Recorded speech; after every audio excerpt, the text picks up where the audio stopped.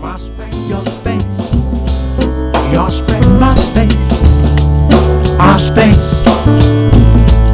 OneSpace Love, OneSpace Love, OneSpace Love. Welcome, Daphne and I, to the OneSpaceLove Show, and it's so good to see you. We were just discussing off air that it's been around 6 years since we've seen each other. I mean, it just blows my mind, and it's so beautiful to see your joyful face again. How are you? So happy to see you. It has been, I can't believe it's been 6 years. Time is not linear, that's for sure. We're all finding that out, right? Isn't it true? Thank you so much for having me. Yeah, it is. I mean, the way you tell, actually, like I don't have children, but I people who have, my friends who have children, we, clock the time that way. It's like, oh, he's 19. What? But it feels like a little, no time has passed. I really do try to practice by that you can't base things on time anymore, because it just feels like I saw you yesterday and we were hanging out at Woodford Folk Festival on the campgrounds in that incredible heat. Oh my goodness. Oh my gosh. Yeah. That's really, I have to say, still, all the festivals I've been to around the world, Woodford is my favorite, really. Yeah. It's just as a whole, the balance and the amazing offerings there, music and art. It's like the Burning Man of Australia with no desert. Yeah. I mean, it's wonderful to see you. Thanks for having me on the show. Oh, so beautiful to have you on. Thank you. Where are you right now? Because I actually didn't get clear. Yeah. Oh, I'm in Costa Rica. Beautiful. I'm in Uvita, Costa Rica right now. Yes. So working on a few projects here with some friends, and friend of mine's working on an intentional community. So it's really great to see the vision coming together, and, people from all over the world creating a new way to be, and, as our indigenous, as our ancestors taught us. So I think also more and more we're paying attention to the linear, the world that we think is the world we should live in. Then we also can create other types of worlds. And actually Woodford was one of those places I saw that. So I love that. It's that expansiveness of, everything is an illusion, and actually dreaming up what it is we want to see, rather than seeing what you're saying is in front of us in all that sometimes chaos. And it can be hard to take in at times, but knowing that it's not all set in stone, is it? We can change this. Absolutely. Yeah. And I actually, working with you over the years, I totally saw that with all the events you created, and the way that I just love the oneness coming together through music and arts and a collaborative community. I know we all miss that. We do. Person. I was thinking back of our relationship where, in that environment of the community, and there were so many moments we shared, actually, not only in Sydney, but, all around Australia. But I was just thinking, one of the very earliest moments, I was trying to remember how we actually connected. I was thinking, was it through Rob in Bali Spirit Fest? I was trying to remember. That's what I love about my dear friends. Sometimes I can't remember how we met. I remember all the memories. I'm thinking, wait, where did it first begin? I don't know. Sometimes it's a circular thing, Yes. That seems like the theme of our chat. It just felt like it was just, so fluid that it didn't really matter where it began, because it hasn't even, it's still continuous. Yeah. Absolutely. I think it could have been for sure Bali Spirit. I spent a lot of time in, again, I maybe have to do that. An even festival love is Bali Spirit and Woodford Folk. The two of them, they're very, very different, but two of my fave festivals. And yes, probably Rob, he connected me with a lot of people over the years, and super grateful to be connected with you. Yes. Let's take you back now, because you were born in Texas. Is that right? Is that where you grew up and born as well? Born and raised in Texas. Okay. Yeah. So take me back then. I mean, I feel excited to actually have this conversation with you, because there's parts that we've got to chat, backstage, or you actually stayed at my place, and we hung out at Woodford. But just to actually go in deep with you, I'm excited. It feels like you're in my home right now.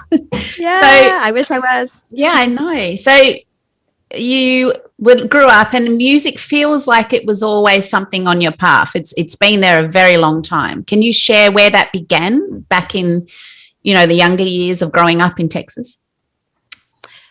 Well, my dad and my mom told me, may her soul rest. You've met her before. Yeah. But she told me that my dad used to call me the singing baby. So I was a third child, so I think I had to kind of create my world because, you're kind of weaving and trying to find your space and your place. And so from a young age, I definitely was singing.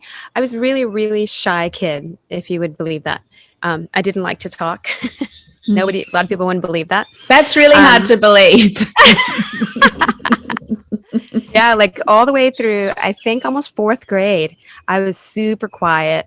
I love music and I love singing and everything, but I'd always kind of do I love to be in the choir, but I like to be in like the second or third row. And I never like to do solos. I never wanted to be in the spotlight at all. And then, through elementary school, I sang, in the choirs and stuff. My mom put me in violin lessons. So I took violin at, I think, third and fifth grade. And then in fifth grade, my principal, for whatever reason, I don't know why, Mr. Niehoff, I still remember his name. He singled me out and he said, I think you'd be great to lead the class. You should be the class leader. We're picking one girl and one boy to lead a fifth grade class. And we're going to bring you to the main office where kids from the other school is going to meet. It was like a student council, student government. Yeah. And we're going to choose you to be that person to be the leader. And then I was off to the races. So then I started talking and managing and producing and, at a young age there, I loved doing it. So, and I remember that same year, not on a musical note, but on an artistic note, I love cooking. Anybody who knows me knows that one of my dreams is to live in a place where I have a small little restaurant, and just make my little special recipes and, preferably by the beach. And, but around that age, my mom, my mom had 6 kids. So there's a big household and a lot of things to do. And I love being in the kitchen. I love cooking. So she started to let me, I think it was for my 10th birthday, I asked for a 10-pound bag of flour and the New York Times cookbook. I remember I still have it. It's like all tattered. And I started my Julia Child's kitchen. And she would drop me at the grocery store with a checkbook, if anybody remembers checkbooks. Yes. And I'd go in with my list with my sister and we'd get all the things. And then I'd make dinner and make charts about what we're going to be eating each day. And I just love creating that way. And I do brunch on Saturday for cartoons for my brothers. And so I remember that also being a memory of being creative, not necessarily through music, but through different creative arts. So I'm really interested in all of the arts, not only focused on singing, but music has definitely been the forefront for sure. Yeah. Yeah. And then, I love the passion of cooking because I always say that you don't have to particularly pick one creative path. Like it all is the same process, and it sounds like through that you gained your organization skills, which I know you've used later on, and all of those skills have led you to all those different paths you've been on. And then how did you get to choose to actually study music? You went and studied at 2 universities, didn't you? The University of Texas, Austin, and the Old School of Folk Music in Chicago. Yeah. It's funny because I started then in 6th grade, I got in the band and started playing flute. Okay. And then by the 7th grade, they made you choose. You couldn't play in the band and be in the choir. And I really wanted to sing. So I started, school choir, 7th grade. And my mom let me get a voice coach that year. She was really strict and I actually didn't really like her style at all. And I kind of I think my creativity is a little dampened at that time from that. And, I had her for a little while, but I stayed in choir and but then I also got into other creative arts, gymnastics and cheerleading and other things. So it was always like balancing, all of the things. But I stayed in choir through high school. And when I went to university, I decided I wanted to, be in the music department and got in the music department at University of Texas in Austin. But I started to study, it's classical. It's not, it wasn't the right school for me in the sense to finish it through because I studied it, but I was, I felt I think a lot of musicians maybe that have the same story I've heard. It's feeling a little caged in with these are the classical pieces and this is what you have to sing. And I remember we had juries. So you'd have to sing, whatever arias and in front of the jury. And I was like, 18. And I was like, I don't want to sing that song. you just didn't really do that. So the dean of the school was like, I don't think this program is for you because, and then I was like, well, I really like Joni Mitchell and Joan Baez, you know, so it was a definitely different path. And she actually recommended for me to move to the communication school, which also had the production side of music and arts to see, you know, to work in studios and stuff. So I started to work in recording studios by 19, 20, the old Neve boards and tape and splicing. And so that got me really interested in both sides, the behind the scenes and also being performer. And so, yeah, I had a pretty well-rounded situation going on. And that actually took me, I feel like if I'd stayed only in the vocal department, my life would be really different. Because as always, you know, you're just following that flow. But I ended up getting a job at a recording studio, like an internship. And then that producer introduced me to a producer in Los Angeles. That producer had come to Austin, Texas. I was in Austin, and said, you know, I have a studio in Los Angeles. If you ever come out, you should come work for me. So that gave me the like, ooh, I want to. And so I ended up going like maybe a week after I graduated university and moved to Los Angeles from Texas. And then that kind of took me on a whole path. So it's interesting how the things that we think, you know, I should only study this. And then I, you know, kind of went with the flow a bit on that. I didn't end up going to Old Town Folk School of Music till later after I was in LA, and then took a little bit of break and went to backpack through Europe, you know, that thing. And then came back with no money and realized, oh, shoot. So my sister's like, come live with me in Chicago. And then I found the Old Town School of Folk Music. And that was more of a, more casual, I'd say. You know, Old Town School of Folk Music is awesome, but they'd be like, if you want to get a beer before class, feel free. I was like, oh, this might be my place. Glass of wine, okay. So yeah, and tell me, I feel like I'm still studying every day. You know, still studying. Oh, me too. Me too. Yeah. One of my questions was, how did you get to LA? And so now you've taken us to LA, and I can see now that path came through that door with the recording studio. How do we then blend these worlds of the spirituality and folk music? Was that in LA before you came back? Yes. So in LA, actually, no, it was actually after Chicago. But in LA, I got the job at the recording studio, but it wasn't going to pay much. So when I got there, I applied for a job at for NBC. At the Tonight Show. So I ended up getting the internship and internship / job there. And so I got thrown into a really cool class of 35 people from around the world that had come to work on the show. And so working and seeing, one of the first musician, I talked to my friend Shiva yesterday, and I told her, she's like, you go to Memphis and see Al Green. He's a pastor at this church. And I was like, the first person I saw on the Tonight Show, I was 22. I was in the green room, like working, show.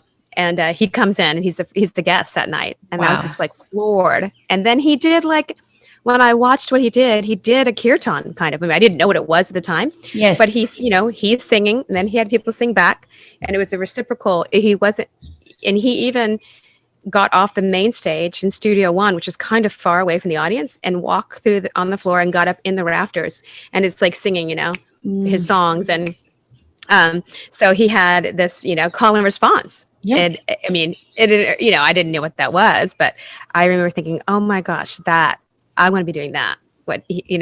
I was working backstage, but so Al Green, maybe my first guru in that. I just got goosebumps then, because it feels like you've resonated with that exchange of energy that he was able to bring across. And then you had that moment like, that's the path I want to go with music. Yeah. Yeah. And, it took me a while to get to that path. I ended up working in that job, worked in the recording studio for some time, as everybody does in LA. I think at that age, started waiting tables at night and made more money doing that, cocktailing at a salsa club until like 4:00 in the morning. And you can burn the candle both ends at that age. But not practicing yoga at all. And then a friend of mine gave me a VHS tape. If anybody remembers what those are. Say dating ourselves, but it was Eric Schiffman and the actress Ali McGraw, and I was just floored. I was like, oh my gosh, so I started practicing with that tape, and then I moved then I went on that journey to Europe, came back, and ended up in Chicago with that tape still. So I when I had an opportunity, a good friend of mine actually said, "Hey, I met this guy, and I'm moving to Vegas, but my apartment is paid off for 2 months, and maybe you want to come back to LA." And I was like, "Sure." So I moved back to LA and moved into her apartment, and didn't have a job at that time, but was looking for that yoga teacher, Eric Schiffman. So I went to Yoga Works. Maybe a lot of people know Yoga Works in Los Angeles. It was one of the premier studios for some time. And I just walked to the front desk and was like, "Hey, I'm looking for Eric." And then I met the manager, and this whole exchange happened. And then ended up that they hired me that day, because the manager said, "What are you doing here?" And I said, "Well, I was living in Chicago, working at this, restaurant and going to school there." And ended up the restaurant I worked at is the restaurant she and her husband would go to every year for their anniversary.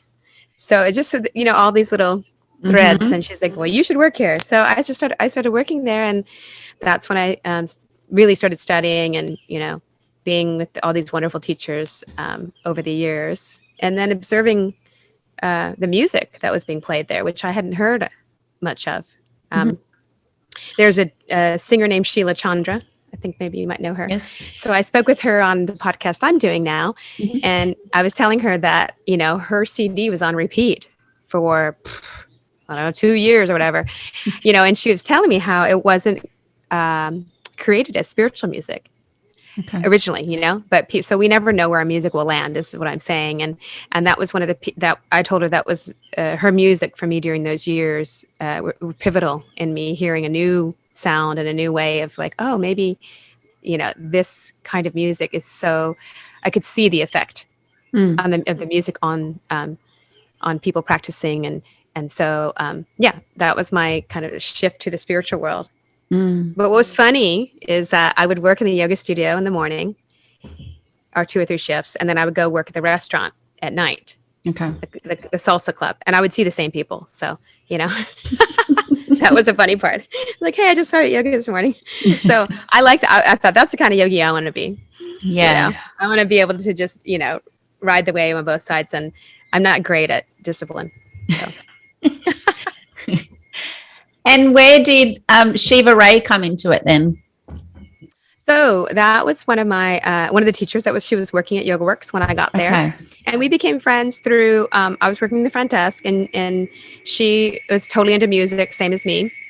I was also talking about this to Sheila about how funny it is that, not funny, but how interesting it is that we had stores that we could go to, that had curators in the store that'd be like, "You should get this CD.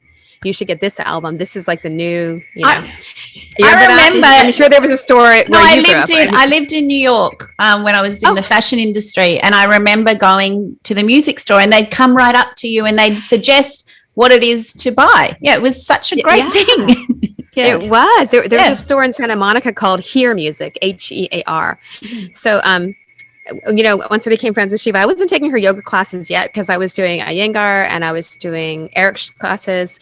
And but we started going to Hear Music together, and there was a couple of different curators there, but definitely one in the world music department, and would say, you should try this one, you should try that one. And so we'd hear all this amazing music and started to bring that into the mix at Yoga Works. And then Shiva started, I believe, I could be wrong, maybe you should interview her and ask her, but I believe she was the first one. She was the first one to play music in a yoga class at that time, because she had lived around the world doing studying dance. And she had gone to Indonesia, she'd gone to India and Africa. So she had the movement in dance and had a master's in dance from UCLA. So it was like combining the movement, dance, and music. So she started to play music in classes. And I remember in the very beginning, some of the management was not happy about that because, there's this pure thing about no music in the class and that this is yoga, that's not yoga. That happened a lot in that community for some time. And I totally understand the purity of things, but I think that America is such a fusion place anyway. And I could see the profound effects for myself. I'm practicing with music. I like practicing in silence too, but music takes me to places that, that silence doesn't with movement. And so she was the first one. And when I started to observe that, then I started to go to her classes. really dive into that transformation. And so that was, maybe early 2000s, I think. And then I started to organize retreats for Yoga Works. And so we organized one of the first ones going to Hawaii, and that was with Jai Uttal and Shiva Ray. Oh my gosh, And that would have been island. That would have been a turning point for you. For sure. And I brought my sister, and then my mom and dad were always people love my mom and dad because they've come with me on so many adventures around the world, and Shiva really adopted them as her parents, so she'd invite them to everything. And we were just talking about that the other day, but that trip was epic. It was actually my first time to Hawaii. I mean, growing up 6 kids in Texas in a middle-class family, you don't just take your 6 kids to Hawaii. So it was my first really foray into that culture, and I just fell in love with Pele and the chanting and the singing and being with Jai. And Jeffrey Gordon was there at the time. He's no longer with us, but yeah, so that was it was at Kalani, and I still remember the feeling in my bones, thinking, oh my gosh, I want to be doing this. I mean, there's something about anyone that hasn't listened to Jai Uttal, there's a resonance to his voice. It's really heart-based, isn't it? Just goes to the core. Yeah. Absolutely. And so did you, I mean, I know through personally, you got to then work more with Jai. So take us on, how did the path transition where Daphne got to share her music, her essence? Yeah. The first time I remember being at Yoga Works, and they'd have all kinds of things coming through their events, and we as staff could go to them, at cost or no cost, depending. And his was the first kirtan. I didn't know what kirtan was. So they hosted one with him, and I remember going in, and I was blown away. I'd been singing in the church. I was actually, still singing in a church in Beverly Hills. So when I moved to Los Angeles, I grew up Catholic. So I was doing the Catholic church and singing there. And a woman named Maria was a guitarist and singer. And so I'd do stuff with her. And I didn't play guitar until I was 26, the first time I bought a guitar. But I've been singing for a while. And anyway, so I'd been at the church, but I hadn't experienced anything like kirtan, And so I went that night, and I was like, oh my, I was so blown away, as many people are, their first experience. Everybody singing together, Jai is amazing, but, all of that channeling, Neem Karoli Baba in the room, I'm sure. So after that, it was funny because then oh, wait, are we supposed to be singing like this? So I called my mom. I was like, Mom, we have this. I'm super close with my mom. And so I called her and said, I went to this concert, but they were singing about elephants and monkeys and things like that. Do you think it's okay that we do that as Catholics? And she said, I don't think so. I don't think that the Catholic Church would believe in that. And I think she, at that point, thought I'd joined a cult. And it was, I guess, but so then she said, well, ask your priest at the Beverly Hills Church. Just ask him what he believes, maybe he can help you. So I did. This guy was super cool, like surfer guy, he did everything, and he's like, no problem. You're singing to God. It's, he was totally integrated that way. So it gave me that permission. How beautiful that he gave you that permission. I mean, imagine if that door was closed. He had said no. Yeah. I might have done it anyway as a rebel, but yeah. So anyway, so he told me that. And then the next kirtan I went to was Krishna Das with Ram Das in LA. And I thought we were going to blow up and go out of the room because Ram Das had us chant Ram. Yeah. Like it was the Unitarian Church, like 2,000 people. Ram for, I don't even know, half an hour, 45 minutes. And we were all crying and, pulsating. It was amazing. I went with my friend Andrea, and I still remember that moment. It was my one and only connection with Ram Dass. But anyway, yeah. So then Jai, I really got closer to him on a couple of that first one in Hawaii. And then he did, I actually invited my mom for that one because she had thought, we've got a cult going on here. So when she met Jai in Nubia, she was like, oh, they loved him. So then Jai invited my mom and dad. My dad couldn't come because he was working, but to come to the kirtan camp. Mm. And at the time, Nubia was organizing everything for Jai. And I had started organizing stuff for Shiva already through that time. We had come close, and I started working with her and her husband, ex-husband now. And so he said, well, Nubia, we need a little help. Maybe you can help us organize. And then I said, well, then we can exchange. I'll come, and maybe can my mom come with me as exchange? She's like, yeah. Mm-hmm. So my mom came down to the kirtan camp in Guatemala. We went from like, I don't think you can sing that to like, she's, in a kirtan camp. It was like 5 years later, right? 5 years later. Did you get her the outfit and everything? No, she did have yoga clothes though. So yeah. But it's funny because actually I saw Jai and Nubia post. Their son is 16 now, has his own band. We're talking about time. And when we were in Guatemala, he was crawling on the floor, a little baby, like a little Gopal. Yeah. So I said to him, I was like, oh my gosh, I can't believe how time has passed. But so yeah, that was the first connection. And then, working behind the scenes and connecting with him that way. I just love Jai and Nubia. They're just gems. And they gave, again, permission. You can do this.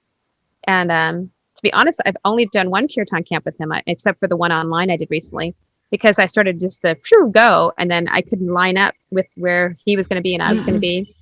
I mean, a few times I went to go see them in California, but yeah, that was the first experience, and Lake Ratchaman was amazing. It was really powerful experience for me, and being there with my mom. So, and I ended up riding Saraswati Mata on the lake there as part of the, when you're in the circle and they say, okay, now go outside and melody and write something and then come back and share. So that was the first kind of melody that came to me with my mom. So it's been amazing. Full circle. And just share, Saraswati Ma, what that means in reference to that you were there with your mother. That is the mother energy, isn't it? That's calling in the mother of the divine. Yes. Yeah. And it's funny because I hadn't really thought about how powerful that experience was until my mom passed in June, this last June. I realized, oh my gosh, that was kind of the planting of the seed of that journey of, the ride with Saraswati and Ma, and being supported in grace with that particular mantra as I moved around the world. And that's definitely the one that resonates with people in any culture, in any language. That's what's amazing. That song still resonates. I just got goosebumps. It's like your mother's presence is with us as we say that. I think because, I hope it's okay to say that, but I just felt that. Yeah. Oh, absolutely. She's been around. She was here last night too. So. So, because I was going to say, if you only picked up the guitar I've always seen you singing and playing the guitar. So you only picked that up at 26. That's incredible. And so and then you the only reason I did is because my roommate was tired of hearing me sing in the shower and sing. He actually we went to hear music, and I remember he introduced me to Alison Krauss. I love Alison Krauss. Yeah. Oh my God. Yeah. He introduced him to Alison Krauss. Let's get this right.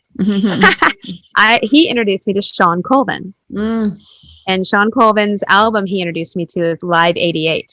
And it was just her acoustic guitar playing and singing. And I was blown away by it. And so he's like, I think you should get a guitar. So I went to the music store, and then there was, in the music store, there was also a little brochure with a guitar teacher's name on it. I can't remember his name now. Tom Winslow. How do I remember that name? Oh. And I started doing lessons with him.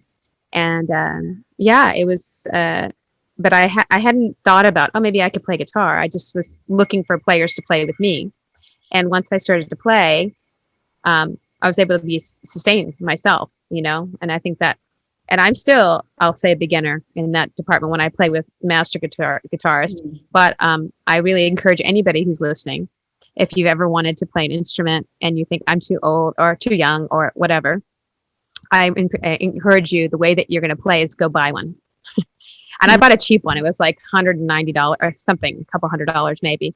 And I kept it for a lot of years before I then spent a lot of money on another one. But it really gave me the freedom and also the courage to then sing and play at the same time, you know, because you always, if you only are singing, then you've got to find, no, you don't have to, but finding other people to play with you. So that gets a little challenging. Yeah. So, I mean, I know I didn't play guitar when I was young at all. I mean, sometimes I wish it started at 7 or 6, but it is what it is. And then you find like really good guitarists who can do all the cool things. I'll play the rhythm guitar.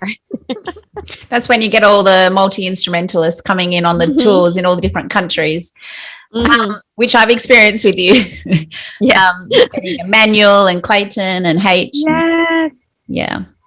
I miss all of them. Yeah, beautiful community. So did you pick up playing the harmonium as well back on those? That's funny you ask. When I left Los Angeles to work for the Bali Spirit Festival, I got invited to move to Bali, and it was another turning point in my life where I was ending a relationship, moving out of my apartment, ending a job, and like, what am I doing? And then I got a message from Megan Pappenheim and Rob, and I knew them through working. I didn't know Rob actually, but I knew Meg through working with Shiva over the years. And so they wrote me and said, we're starting this festival. We need some help with production. We'd love to bring you on the team. And I was like, I think I want to stay in LA. At that point, I was trying to go another direction. So I was having a meeting with like India Aries manager and, moving that direction. And then actually Shiva's the one that said, just go for 6 months and try it. And if you don't like it, you come back. So yeah, I decided, okay, I'm going to go. And so then for my going away present, Shiva and Jai bought me a harmonium. Oh, so I carry it to Bali with my guitars and everything. Was it a little portable one or no? Because I've got the big one, and every time I move, I'm like, why am I bringing this to the next place? It's so heavy. I'm looking at it right now in front of me. It's so big. No, it's like so mine ended up actually as a Yoga Barn resident harmonium because, I took it there and, I love it. I actually want to pick it up again, but I really was still, connected with guitar. And then I started to travel more, and it's nearly impossible to travel with one of those things and not break it or something. Yeah. And I remember Dave Stringer came to Bali when I was living there, and he came and he's like, what happened to this harmonium? He's trying to help me. He's fixing all the reeds, and you're living in a moldy place, and he's like crying for the harmonium. Poor baby's not taken care of. I was like, I don't have AC. So anyway, I really love the harmonium, and I didn't resonate with it as much as I did with guitar, and then the practicality of touring. And I talked to Jai about this some years ago, and he travels with his guitar. I think he still does harmonium too, but he plays the guitar a lot. So it just makes it, as a moving person from here to there. But one thing I could do is just have people have harmoniums at their house, like you. Yeah, you can come and stay with me. I'm there. Yeah. So, but I think harmonium. There's nothing like a harmonium. It for all the different resonances and being able to sound and without having to think much. So, I like the harmonium in kirtan because you can work it with the rhythm and build the audience up. But I mean, you can do that also with the guitar. I mean, you can also, speed it up, speed it down. But I do, I sense when people play harmonium in kirtans, people sing louder because the harmonium's a little louder. So it gives people more freedom. So I do like that possibility. So who knows? I might get to the next, harmoniums. I'm in Costa Rica. I don't have a harmonium, but yeah. What is it true that Rob also said, come over and I'll produce and record your first debut album? Was that moment in Bali? That's true. Yes. Yeah. So Rob is actually responsible because, they had offered me this deal to come and start the festival and have a house and do all this stuff. And I still was like hemming and hawing. I was on the beach in Boracay, actually, trying to decide what I was going to do with my life. Not a terrible place to be, but then Rob said, I heard that you're a singer, songwriter, and how about we throw in the deal? I'll record. I have a studio. Oh, no, he said, I have a studio in my house in the jungle, and I'm happy to bring you on and let's do your first EP as part of the deal. And I was like, oh, I knew he got that little carrot or the cookie. And once he said that, I was like, okay, I'm going back to LA, pack my stuff up, sell my car. And I think if I remember correctly, it's like 10 days later, I was on a plane to Bali. I went from Boracay, swooped back to LA. I'd already moved out of my apartment. My sister had all my stuff. And I got on a plane, and it changed my life again. And that was, and that was end of 07, early 08. And you did not stay there for 6 months, did you? Yeah. 6 months turned into, what are we in now? 2021. I think I was there consistently 6 years. Yeah. And then longer with the festival. But after about 6 years, then I was touring a lot. So, but I still based there. So yeah, I'll say, be careful when you say you're going to go to Bali for 6 months. I'm sure there's a lot of people out there that can totally understand, because they're probably in Bali now. Yeah. But that was an amazing place. It was I was just talking to my friend Yoshi and saying, Bali for me was the hub. It was, quite a bit like Los Angeles for me too. It was a hub of creatives and people from all over the world that were doing stuff. There is pulse, and Bali was even more raw in the sense, because there were a lot of people there that were starting or creating new projects and testing things out and taking getting out of the city and getting into Ubud and putting their visions into reality, and then testing it on the market there and then going out. And I've seen so many of those creatives out in the world, and it's awesome. Yeah, and it definitely embraced that fusion, really mixing up the dance, the kirtan, it was a place where it was all happening. Yes. There was some other teachers along the way that were really key for you. Jonathan Goldman and Ellen Watson. Yeah. Yes. So I'm still working with Ellen. You brought it up. I just texted with her. Okay. Those of you who don't know Ellen, she is a force of nature, and she's 72, but like a 7-year-old, 72-year-old. She's taught me so much about play, about trusting in the flow. And I met her actually at Esalen. She was at Esalen for about 30 years, Esalen Institute. And so I met her there, but then we ended up meeting up again in Bali some years later. And she came to my kirtan at Yoga Barn. And she said, hey, I love what you do. And she was one of Gabrielle Roth's first in the first teacher training. So I think she said there were 8 people in that training at Esalen. So before it was 5 rhythms even, she was working in that, in that field, in embodied arts and of all kinds. I mean, so she said, I really would love to marry the dancing with the singing. I think that's the one thing I find is missing is we either dance or we sing, but we don't have, in that format. So we started something called Spirit Dance Soul Song back in 2009, I think it was. And working together doing those collaborations, and that was so much fun. I learned so much from her, and I love it because we had a little bit of a lull right before COVID and things like that. And then once COVID hit, we're all trying to figure out what we're doing. Those of us who travel a lot are event producers, etc. And we've come back together, and we have one of her dear friends and mine now. She's a phenomenal woman. She's like a super mom like you, a super creator like you, and balancing it all, the plates spinning. She's a singer-songwriter, and also 5 rhythms trained. And so we've created something called Vibrance.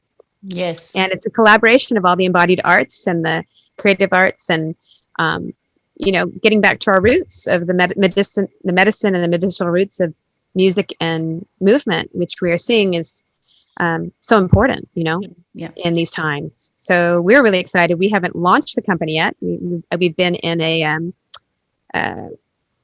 birthing in the last 6 months, and we'll be, putting something out shortly in the next couple of months. So I'm excited to share that. Yeah.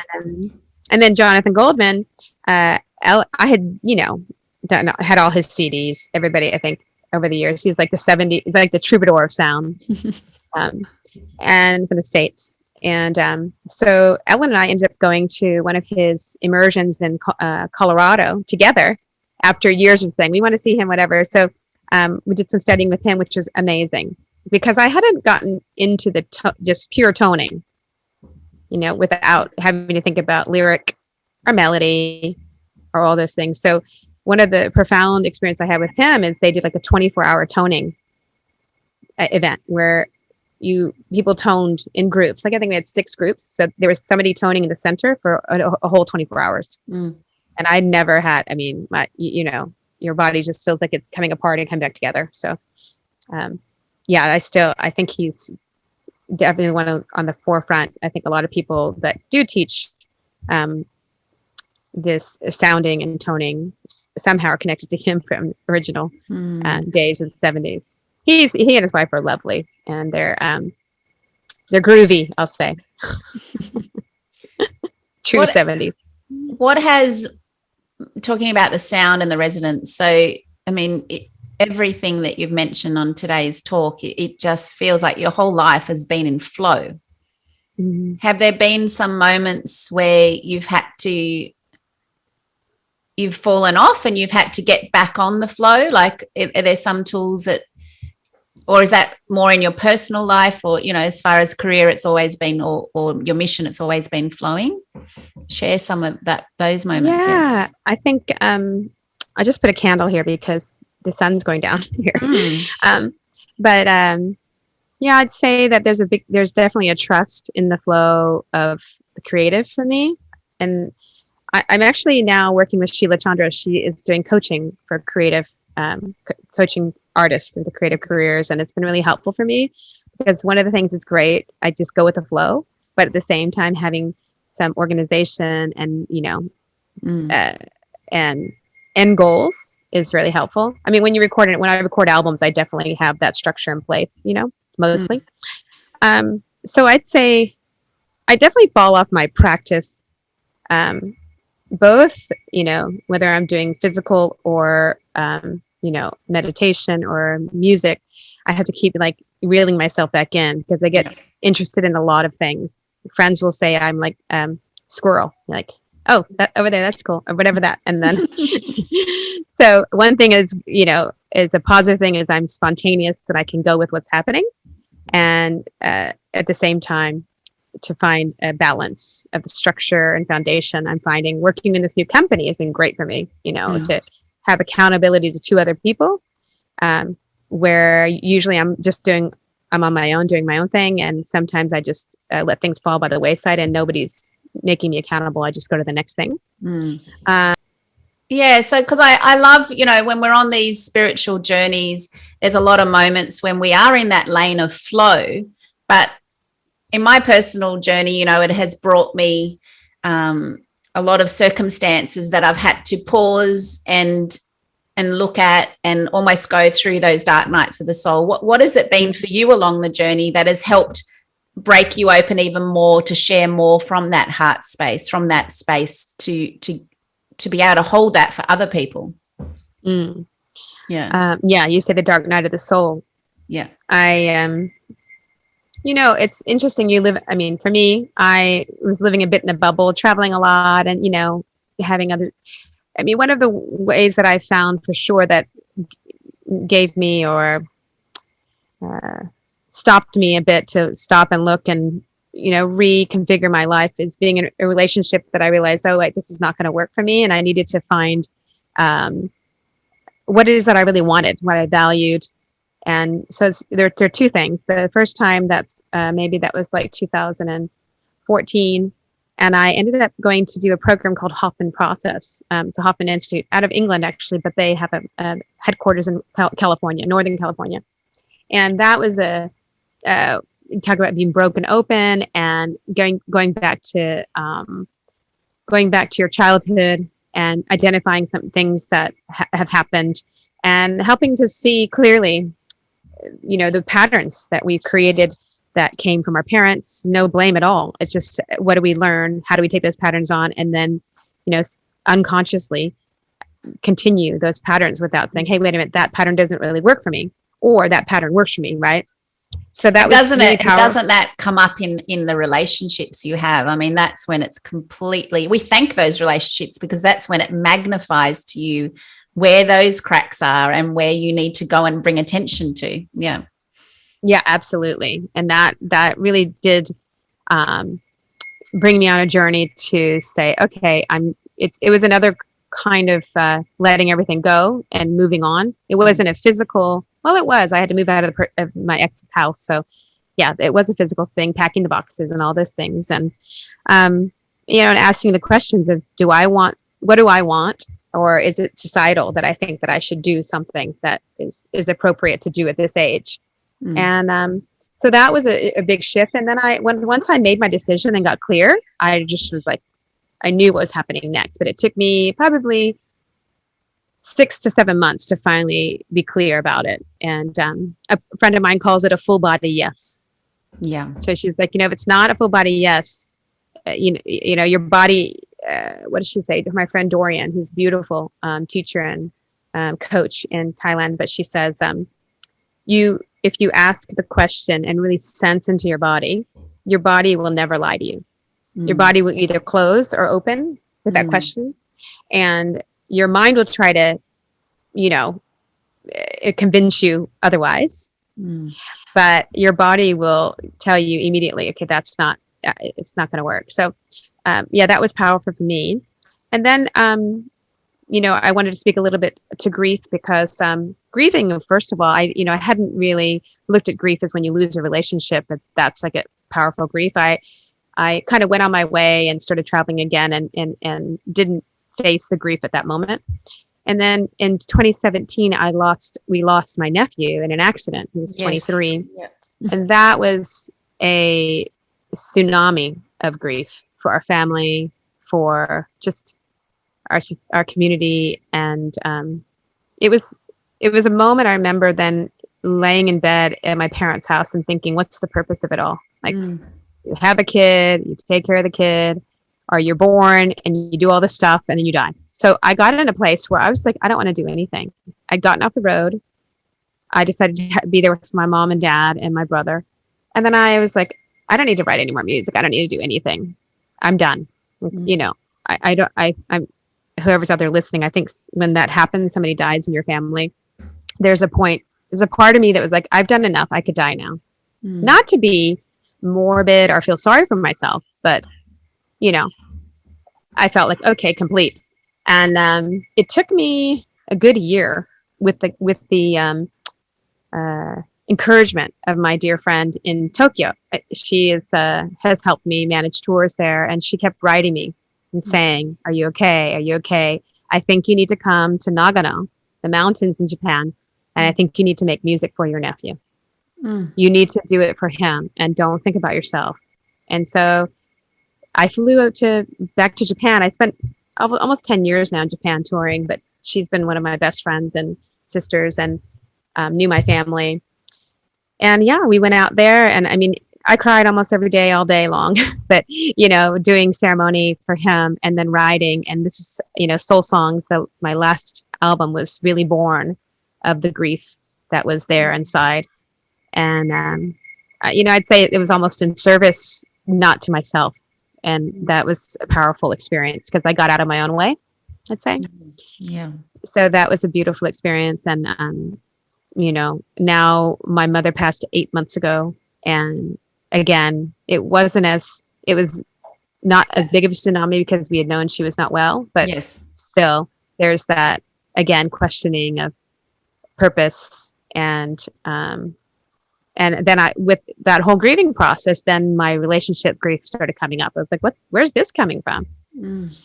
So, being present in the precious moments of joy and, gratitude, and then being present in, some days I'm walking along and I see a flower or something, and I'll just start crying, remembering my mom or my nephew and thinking I wish they were here.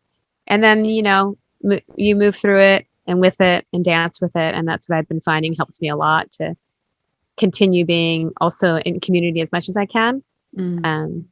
And so thank you for asking that question. It's a long answer, but I think there's beautiful. A big grieving process going on, whether you've lost somebody or you're in the grieving process of not being in the same flow of a life that you knew before COVID.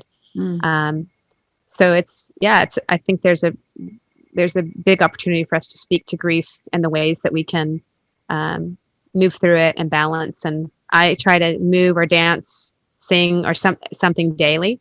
Yeah. Even if it's just, like people think it's funny. I like BTS, the Korean pop group. So I love that song, right? Dynamite. And so I'll play it and I'll do my exercise. My children play that in our car trip to school, like daily and on full blast. And it's and we're all dancing. And I'm thinking people must drive past this car and go, what is going on in that car? But it's like their energy. Called medicine. Their energy. Yeah. Yeah. It's called good medicine, right? Yeah. Yeah. So that's I think it's getting dark here. Sorry, I can't see you almost. But no, it's getting dark. Twilight. Yeah. So yeah, I'm just grateful for that. To have the tools. And I think we all have the tools. If you can move your feet, if you can talk, you can, they say in Africa, right? If you can talk, you can sing. If you can walk, you can dance. If you can breathe, you can practice yoga, right? So they don't say that in Africa, maybe in India.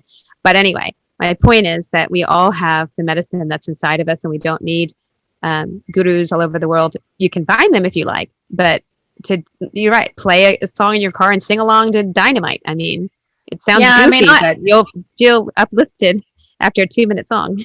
I loved that in hosting, the amount of events that were hosted through OneSpace, but I absolutely loved watching that transition, almost like a pop in the room. People walking in quite rigid and controlled, and I especially the men that would come along with their partners. I don't sing. I definitely don't move my body, and then you just watch this emergence and complete shift in the room. And I've watched that with you leading, and it's just so beautiful to watch the joy and the childlikeness that comes out in that transition from every soul, no matter who walked in the room. I love that. Yeah, just remembering that it's there. It's not. Yeah, it's accessible in any moment, and we forget. And I think being in Bali as long as I was living there, I loved the fact that you'd have everybody there was an artist, right? And even if I remember asking this driver, I knew he was a driver, that's what he did.